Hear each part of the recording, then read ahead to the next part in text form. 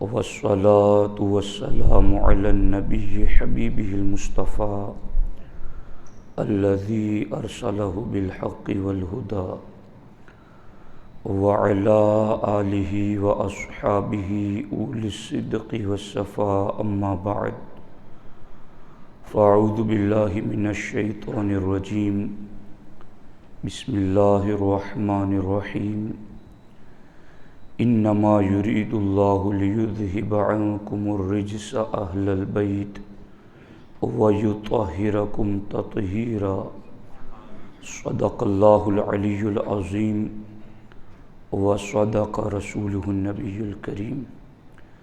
انتہائی احترام و عقیدت کے ساتھ حضور سید المرسلین خاتم الانبیاء شفیع المذنبین رحمت للعالمین صلی اللہ تعالی علیہ وآلہ واصحابہ وبارک وسلم کی بارگاہ میں اپنی غلامی کا ثبوت دیں اور جس طریقے سے میں پڑھاؤں میرے ساتھ مل کر بآواز بلند نذرانہ محبت پیش کریں۔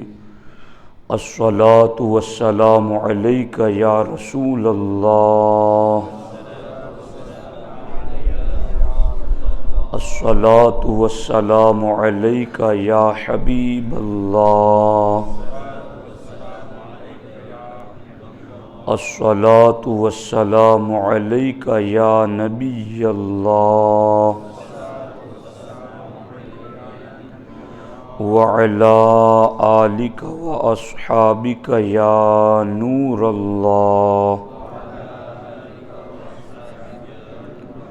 صلی اللہ تعالی علیہ وسلم۔ دوستان محترم، آج کے اس سنی اجتماع میں کردار اہل بیت اطہار رضوان اللہ تعالی علیہم اجمعین کے حوالے سے محض ایک جہت پر چند باتیں آپ کی خدمت میں عرض کرنا چاہتا ہوں۔ اللہ رب العزت نے جو یہ فرمایا ہے کہ اے نبی کے گھر والوں، اللہ تو یہی چاہتا ہے کہ تم سے رجس کو دور کر دیں اور تمہیں پاک کر دے جیسا پاک کرنے کا حق ہے۔ اس اہل بیت میں نبی کی بیویاں بھی شامل ہیں اور پنجے تن پاک بھی شامل ہیں۔ ان سب کو اللہ رب العزت نے اپنے محبوب علیہ الصلاۃ والسلام کی وساطت سے کیسا پاک کیا ہے،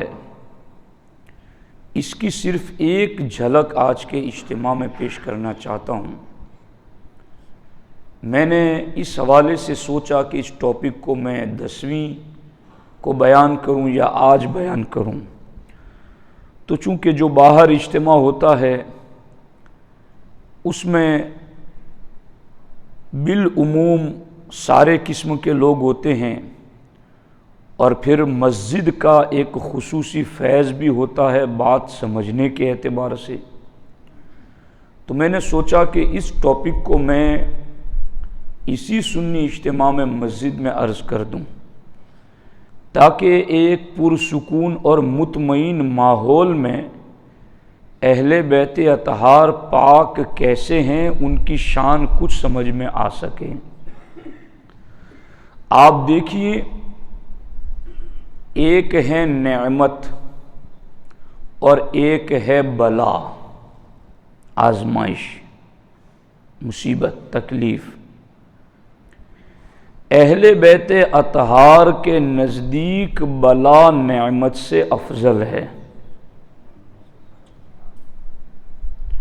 اب بس یہی بات کرنی ہے میں نے آپ کے سامنے، بس دھیان سے دل دماغ توجہ لگا کر کے سنیے۔ حضرت سری سختی رحمت اللہ تعالی علیہ یہ سید الطائفہ سیدنا جنید بغدادی کے پیر ہیں۔ آپ فرماتے ہیں کہ مجھے بطور الہام یہ بتایا گیا کہ اے سری، میں نے مخلوق کو پیدا فرمایا، تو مخلوق پیدا فرما کر میں نے مخلوق سے پوچھا کہ کیا تم مجھ کو دوست رکھتے ہو؟ کیا تم مجھ سے پیار کرتے ہو؟ یہ اللہ کی طرف سے بطور الہام ان سے مکالمہ ہوا کہ اے سری، میں نے مخلوق پیدا فرما کر مخلوق سے پوچھا کہ کیا تم مجھ کو دوست رکھتے ہو، مجھ سے محبت کرتے ہو؟ تو ساری مخلوق نے بالاتفاق یہ کہا کہ تیرے سوا اور کون ہے جسے ہم دوست رکھیں، ہم تجھی سے پیار کرتے ہیں، ہم تجھی سے لو لگاتے ہیں۔ حضرت سری سختی فرماتے ہیں کہ مجھے بتایا گیا کہ ساری مخلوق نے مجھ سے دوستی اور محبت کا اظہار کیا، مگر جب میں نے دنیا پیدا کی تو مجھ سے دوستی کے دعوے داروں میں سے 9 حصے دنیا کی طرف چلے گئے، ایک حصہ باقی بچا، اور اس ایک حصے نے یہ کہا کہ ہم دنیا کی خاطر تجھ سے جدائی نہ کریں گے۔ اللہ فرماتا ہے، حضرت سری سختی رحمۃ اللہ علیہ پر جو بطور الہام بات ہوئی، وہ کہتے ہیں کہ پھر اللہ نے فرمایا کہ میں نے آخرت پیدا فرمائی، تو وہ جو 9 حصے دنیا کی طرف چلے گئے اور ایک رہ گیا تھا، جب میں نے آخرت پیدا فرمائی تو وہ ایک حصے میں سے بھی 9 حصے آخرت کی طرف چلے گئے، اور ایک حصہ اس وقت بھی ایسا رہا جس کا اعلان تھا، نہ ہم دنیا کے سائل نہ آخرت پر مائل، ہم تو بس مرضی مولا کے طالب، ہم نہ دنیا کا سوال کرتے ہیں نہ آخرت، محض آخرت کی طرف جاتے ہیں، بلکہ ہم تو صرف اپنے رب کی رضا دیکھتے ہیں۔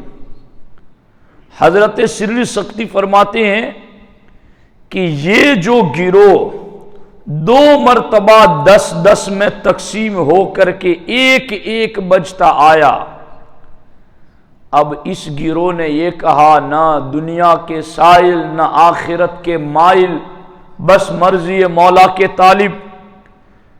تو حضرت سری سختی فرماتے ہیں کہ اللہ نے پھر ان پر بلائیں بھیجی، آزمائشیں بھیجی، ان کو اللہ رب العزت نے آزمایا، تو ان میں سے بھی 9 حصے ان بلاؤں کو دیکھ کر گھبرا کر بھاگ گئے، مگر ایک حصہ تھا جس نے اس وقت بھی بارگاہ رب العزت میں یہ کہا کہ تو 7 زمین اور آسمان کو بلا کا توق بنا کر ہمارے گلے میں ڈال دے تو بھی ہم تیرا در رحمت چھوڑنے والے نہیں ہیں۔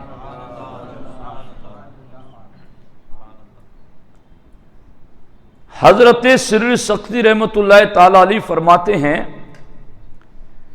کہ جب یہ آخر میں آ کر کے اس گروہ نے یہ کہا کہ ایک آسمان زمین نہیں، 7 آسمان 7 زمین مصیبت کا توق بنا کر ہمارے گلے میں ڈال دیں تو پھر بھی ہم تیرا در رحمت چھوڑنے والے نہیں ہیں، تو اللہ نے فرمایا اولئک اولیاء حقا، اے سری یہی لوگ میرے سچے دوست ہیں۔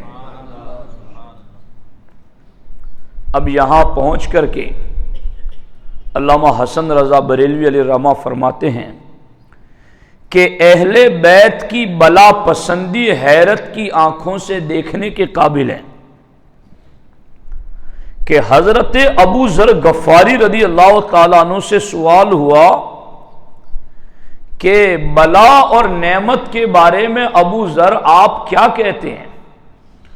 حالانکہ صحابہ کرام کی جماعت میں بھی ابو ذر غفاری زاہد صحابی یعنی دنیا سے کنارہ کش صحابہ بھی ان کے بارے میں یہ گواہی دیتے، حالانکہ ہر صحابی کی دنیا سے کنارہ کش، مگر ان کی شانگی ان میں جدا تھی۔ تو ان سے پوچھا گیا کہ بلا اور نعمت کے بارے میں ابو ذر آپ کیا کہتے ہیں؟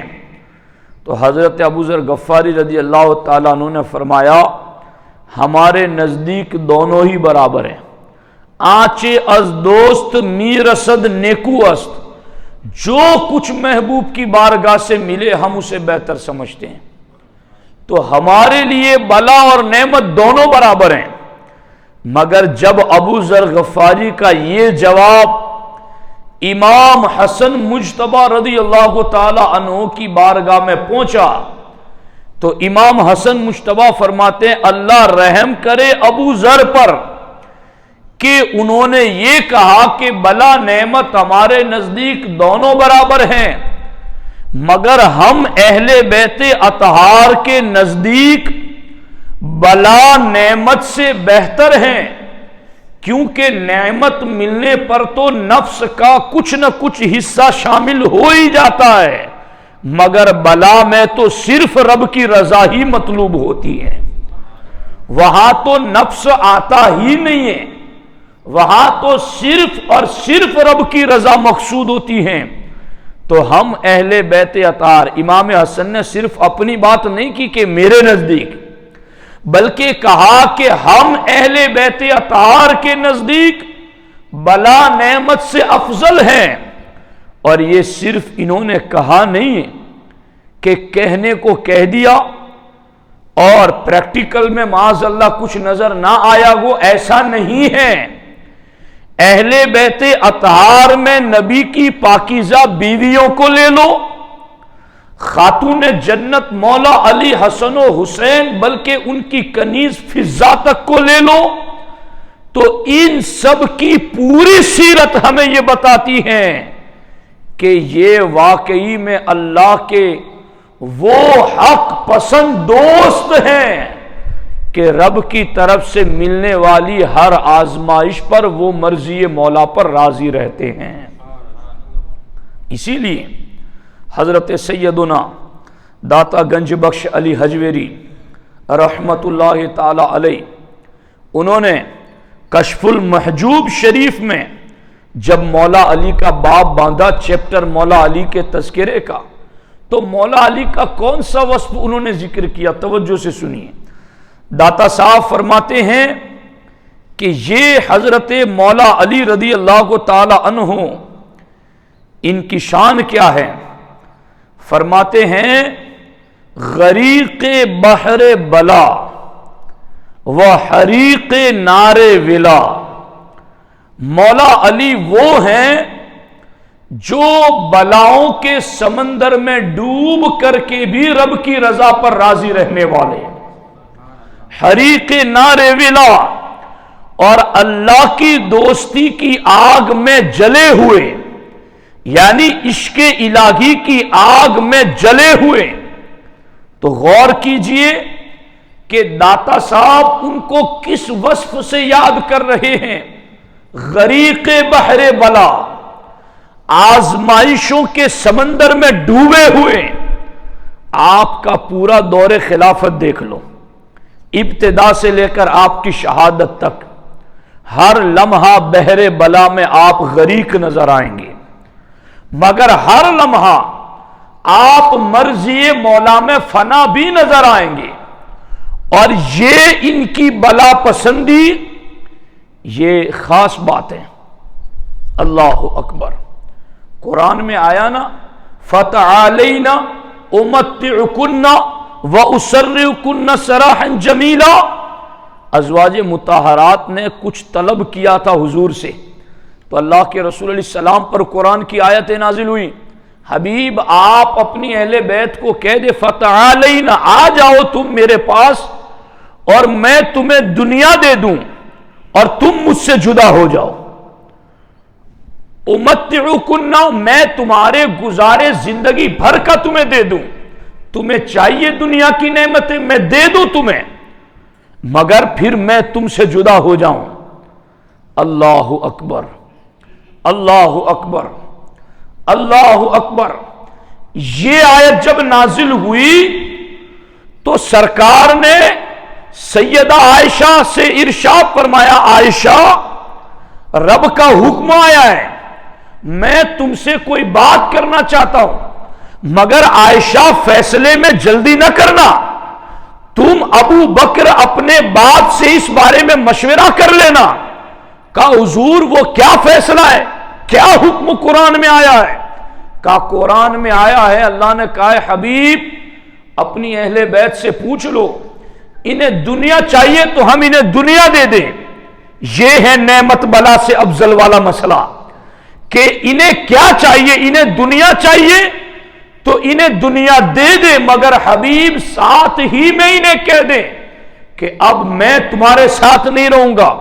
جب سرکار نے سیدہ عائشہ صدیقہ رضی اللہ تعالیٰ عنہ سے ارشاد فرمایا تو ماں عائشہ صدیقہ کی آنکھوں میں آنسو آ گئے۔ انہوں نے کہا حضور اس بارے میں اتنا انتظار میں آپ کو بٹھاؤں کہ میں اپنے باپ ابو بکر سے مشورہ کروں؟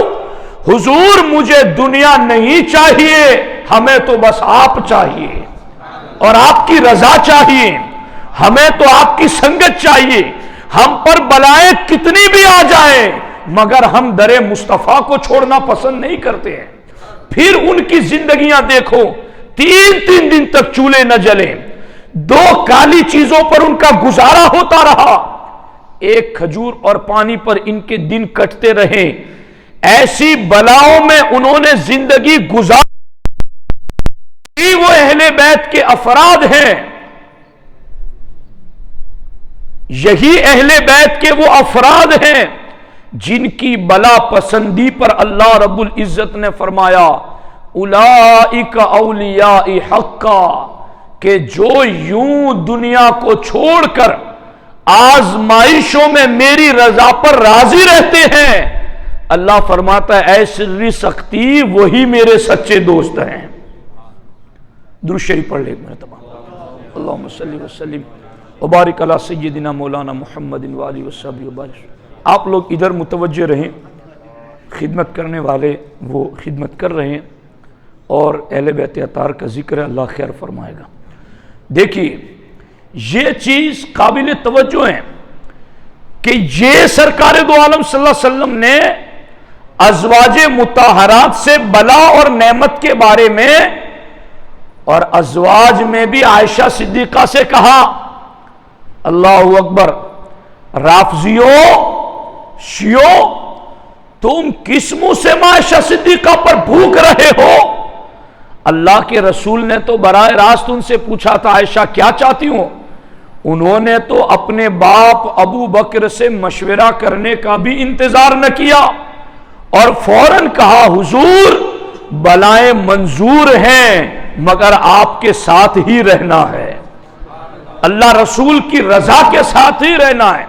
اور یہ عائشہ صدیقہ کے ساتھ ساری ازواج مطہرات کا یہ معاملہ، سیدہ خدیجۃ الکبریٰ کی تو شان ہی جدا ہے جی۔ کتنا سرمایہ تجارت میں، مکے کی تاجر عورتوں کے اندر بھی آپ کا سب سے بلند مقام، سارا مال حضور کے قدموں پر رکھ دیا۔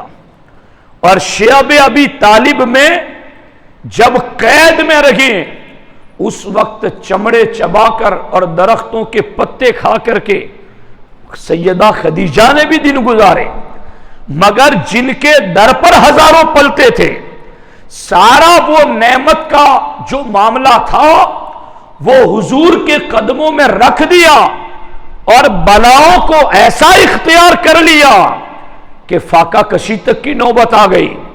مگر ایک لفظ بھی اللہ رسول کی بارگاہ میں شکایت کا ان کی زبان سے نہیں نکلا، کیونکہ اہل بیت کے نزدیک بلا نعمت سے افضل ہے۔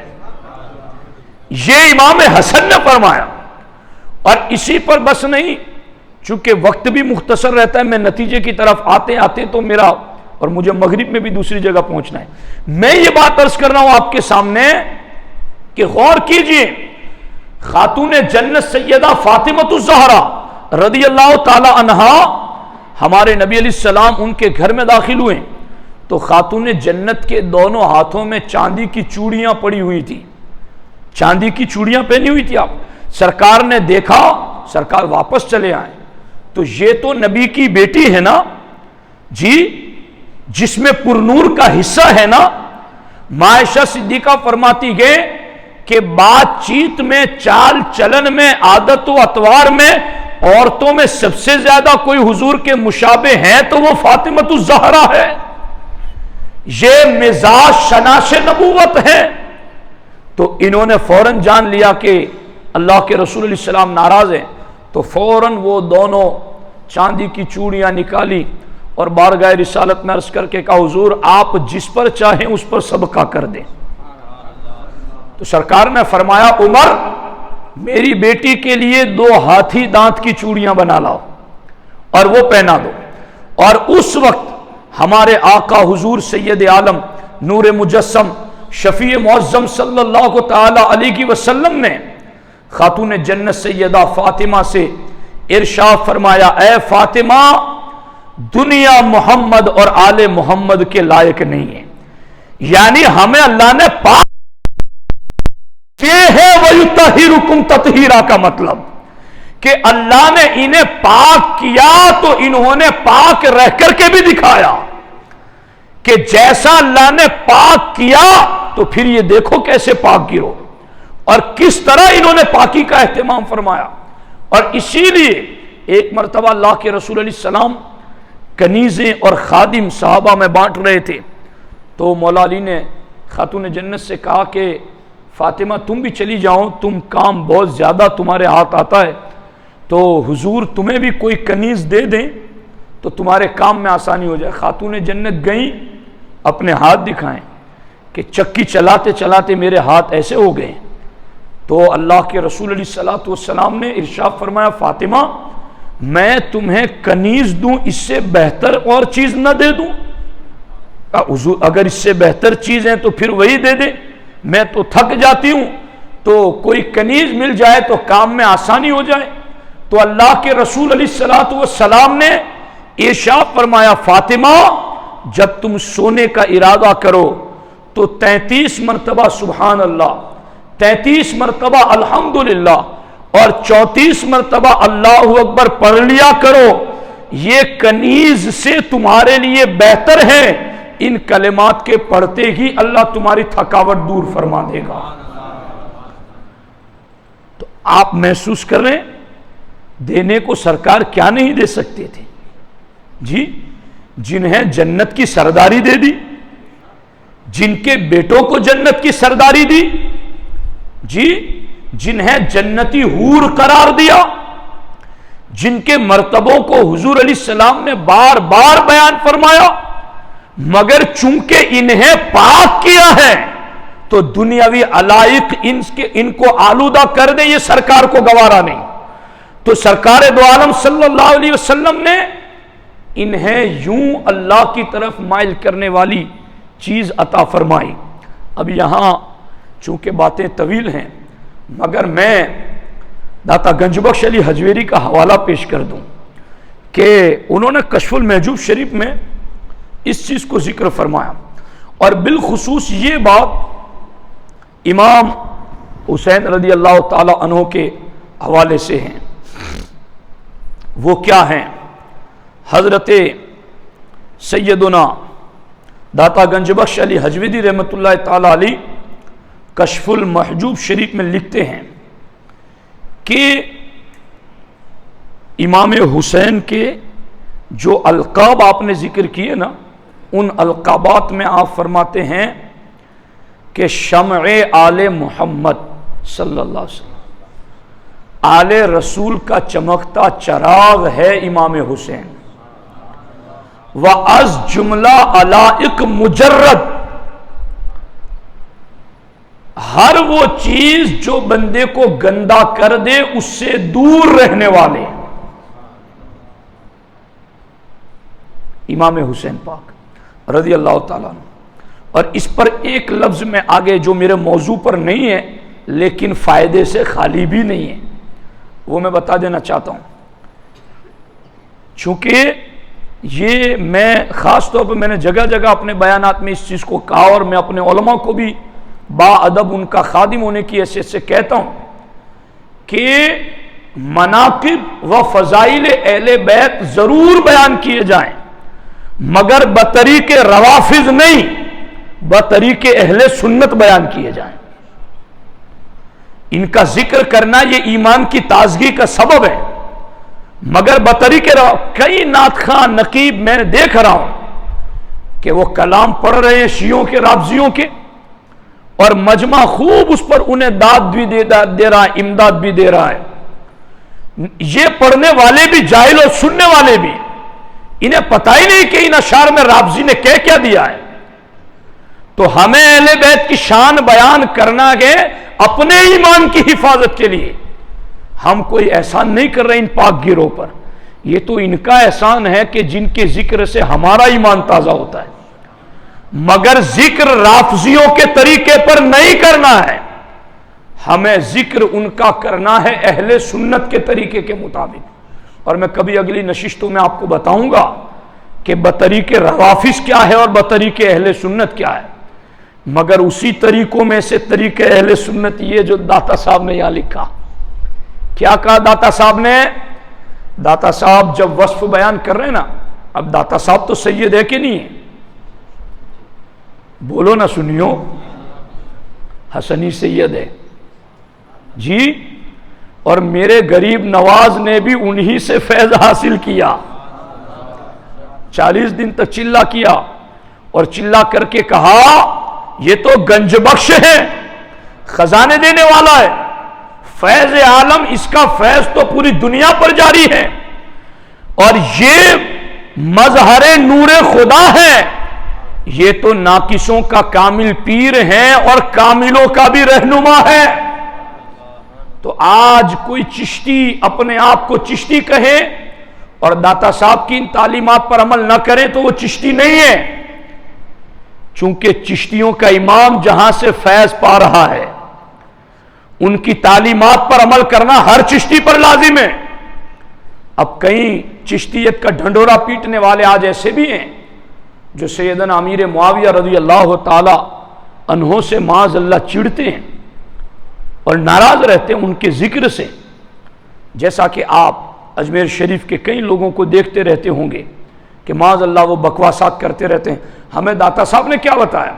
داتا صاحب فرماتے ہیں کہ یہ امام حسین تا حق ظاہر بود. یہ میں اصل فارسی کتاب پڑھ رہا ہوں، یہ میں اصل فارسی نسخے سے پڑھ رہا ہوں کہ امام حسین کے لقب میں یہ بات ذکر کر رہے ہیں کہ ان کی شان کیا ہے.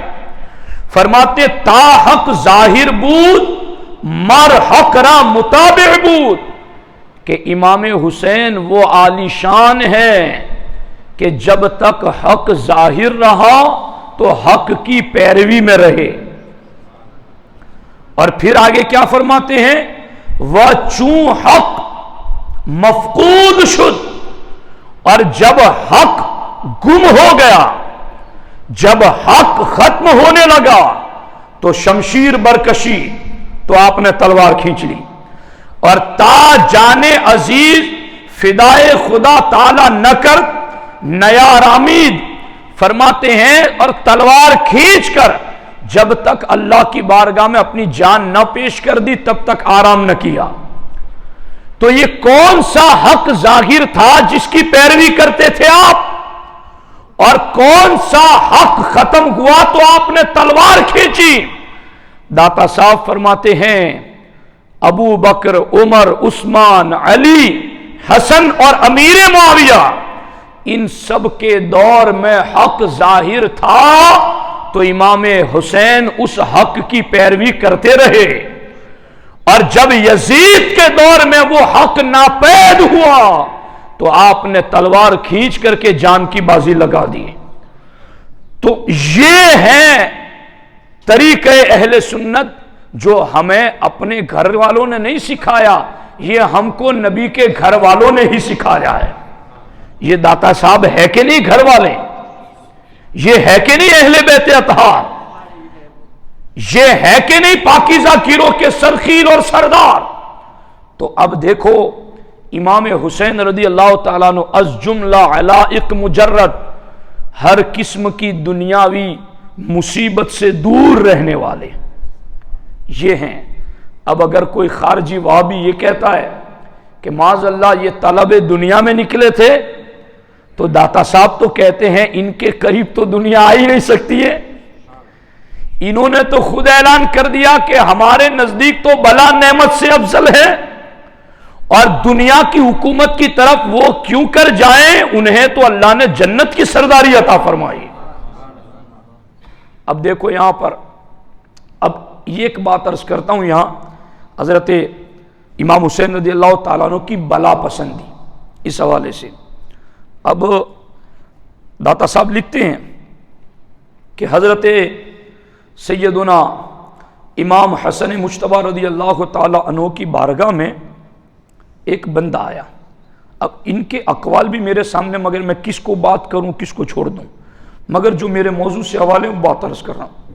فرماتے ہیں کہ ایک بندہ امام حسین کی بارگاہ میں آیا اور کہا، اے شہزادہ رسول، میں ایک فقیر آدمی ہوں اور میرے بیوی بچے ہیں، اور مجھے آج کی رات کا گزارے بھر کا کچھ انتظام کر دیں، کچھ کھانے پینے کا۔ تو گفت بنشین، آپ نے فرمایا کہ بیٹھ جا، مارا رزق در راست، میرا رزق ابھی راستے میں ہے، وہ آ رہا ہے، تم بیٹھ جاؤ انتظار کرو۔ پھر وہ رزق آیا کہاں سے؟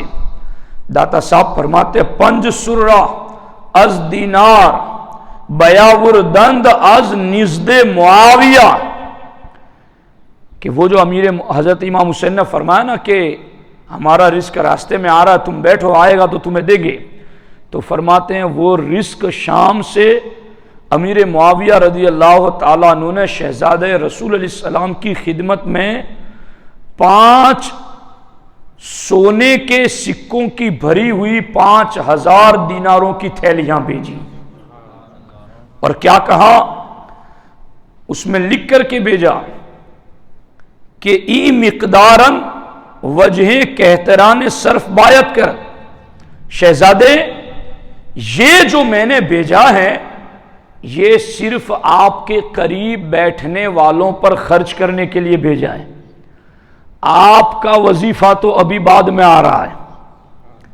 یہ آپ کے مریدین متوسلین پر خرچ کے لیے ہم نے دیا ہے کہ آپ اپنے ساتھ رہنے والوں پر یہ خرچ کریں۔ امام حسن مجتبی رضی اللہ تعالیٰ عنہ نے وہ 5000 سونے کے سکے، 5 تھیلیاں، کتنی قیمتی چیزیں، غور کیجئے اس زمانے کے اعتبار سے۔ مگر جب وہ آیا تو آپ نے اشارت بدا درویش کر اس درویش کی طرف اشارہ کیا، فقیر کی طرف، اور اپنے غلام سے کہا کہ یہ ساری 5 تھیلیاں اٹھاؤ اور اس فقیر کو عطا کر دو۔ ساری دے دی، اور دینے کے بعد آپ